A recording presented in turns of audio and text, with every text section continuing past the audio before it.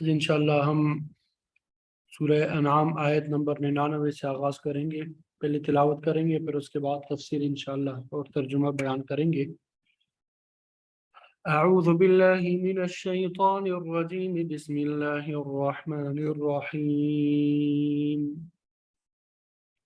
وهو الذي أنزل من السماء ماء فأخرجنا به نبات كل شيء فأخرجنا منه خضرا نخرج منه حبا متراكبا ومن النخل من طلعها قنوان دانية وجنات من أعناب والزيتون والرمان مشتبها وغير متشابه انظروا إلى ثمره إذا أثمر وينعه إن في ذلكم لآيات لقوم يؤمنون وجعلوا لله شركاء الجن وخلقهم وخرقوا له بنين وبنات بغير علم سبحانه وتعالى عما يصفون بديع السماوات والأرض أنى يكون له ولد ولم تكن له صاحبة وخلق كل شيء وهو بكل شيء عليم ذلكم الله ربكم لا إله إلا هو خالق كل شيء فاعبدوه وهو على كل شيء وكيل لا تدركه الأبصار وهو يدرك الأبصار وهو اللطيف الخبير صدق الله العظيم۔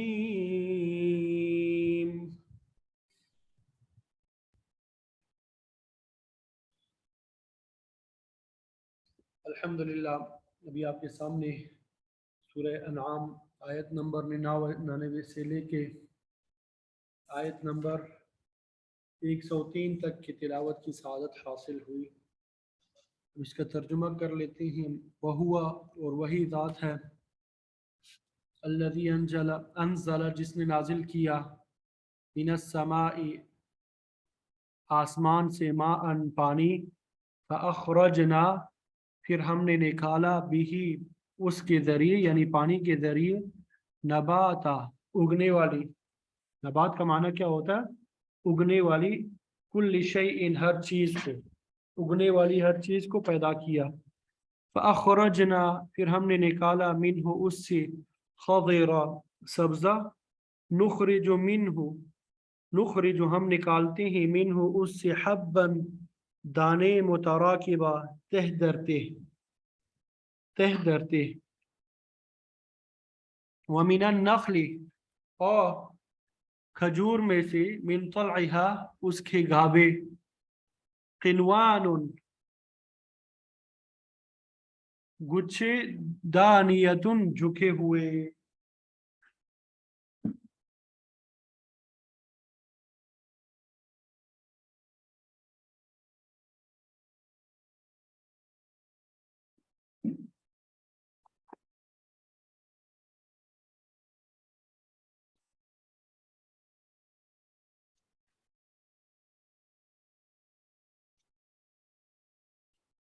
وجنات، اور باغات ہے، من اعناب، اعناب عنب کی جمع ہے، انگور کو کہتے ہیں، انگوروں کے، اور باغات ہے انگوروں کے، والزیتون، اور زیتون، والرمان، اور انار، رمان انار کو بولتے ہیں، مشتبہن، مشتبہ کا معنی ہوتا ہے ایک دوسرے سے ملتے جلتے ہیں، مشتبہ کا معنی کیا ہوتا ہے؟ ایک دوسرے سے ملتے جلتے، وغیر متشابہ، غیر کا معنی علاوہ، متشابہ ملتے جلتے کے علاوہ، یعنی جدا جدا مزہ، مختلف مزے والے۔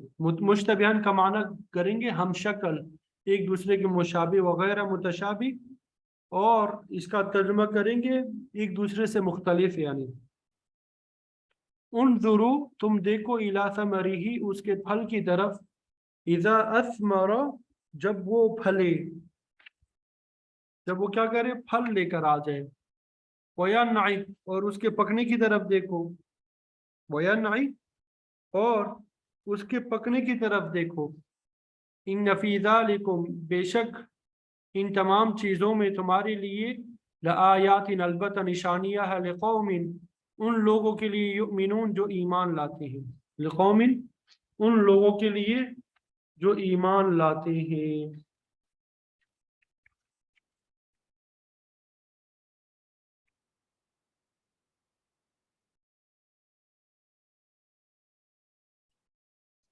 اس کا ترجمہ دوبارہ دیکھتے ہیں کہ اللہ تعالیٰ وہی ہے جس نے آسمان سے پانی نازل کیا، پھر اس پانی کے ذریعے سے ہر اگنے والی چیز جو ہے وہ نکالی، پھر ہم نے اس سے سبزی نکالی اور اس میں سے تہ برتے دانے نکالتے ہیں، اور کھجور کے گابے میں سے جھکے ہوئے گچھے، انگور کے باغات، زیتون اور انار جو کہ ایک دوسرے کے مشابہ بھی ہوں گے اور جدا جدا بھی۔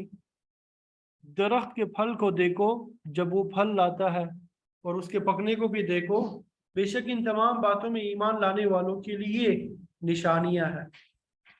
وَجَعَلُوا لِلَّهِ اور انہوں نے بنائے، للہ اللہ کے لیے، شرکا بہت سے شریک، الجن جنات کو بھی، وخلقہم اور اس نے انہیں پیدا کیا، وخرقوا اور انہوں نے تراش لیے، لہو اس کے لیے، بنین بیٹے، و بنات اور بیٹیاں، بغیر علم بغیر علم کے، سبحانہ حالانکہ وہ تو اس سے پاک ہے، وتعالی اور بلند ہے، عما یصفون اس سے جو وہ بیان کرتے ہیں۔ مطلب یہ کہ وہ جنات کو اللہ تعالیٰ کا شریک ٹھہراتے ہیں، حالانکہ اللہ تعالیٰ نے جنات کو پیدا کیا، اور بغیر علم کے اس کے لیے بیٹے اور بیٹیاں تراشتے ہیں، حالانکہ وہ تو پاک اور بلندتر ہیں ان تمام چیزوں سے جو لوگ یہ بیان کرتے ہیں۔ بدیع السماوات والارض انوکھا پیدا کرنے والا ہے آسمانوں کو اور زمین کو، انا یکون لہ ولد کہاں ہوگی اس کی کوئی اولاد، ولم تکن لہ صاحبہ ولم تکن حالانکہ نہیں ہے، لہو اس کے لیے، صاحبہ کوئی بیوی، وخلق اور اس نے پیدا کیا، کل شیء ہر چیز کو، وہو اور وہی بکل شیء علیم ہر چیز کا علم رکھنے والا ہے۔ ذالکم اللہ ربکم یہی تمہارا اللہ تمہارا رب ہے، لا الہ الا ہو نہیں ہے کوئی معبود سوائے اس کے، خالق پیدا کرنے والا ہے، کل شیء ہر چیز کو، فاعبدو تو تم اس کی عبادت کرو، وہو علی کل شیء وکیل اور وہ ہر چیز پر نگران ہے۔ لا تدرکہ نہیں پا سکتی ہیں اسے الابصار نگاہیں، وہو یدرک اور وہ پا لیتا ہے الابصار نگاہوں کو، وہو اللطیف الخبیر اور وہ باریک بین ہے خوب باخبر ہے، اور وہ باریک بین ہے خوب باخبر ہے۔ یہ ان آیات کا ترجمہ تھا جو آپ کے سامنے بیان کر دیا، امید کرتا ہوں ترجمہ سمجھ میں آ گیا ہوگا۔ اب مفسرین نے جو تفسیر بیان کی ہے انشاءاللہ وہ آپ کے سامنے بیان کریں گے۔ اللہ اکبر کبیرہ والحمد للہ کثیرہ۔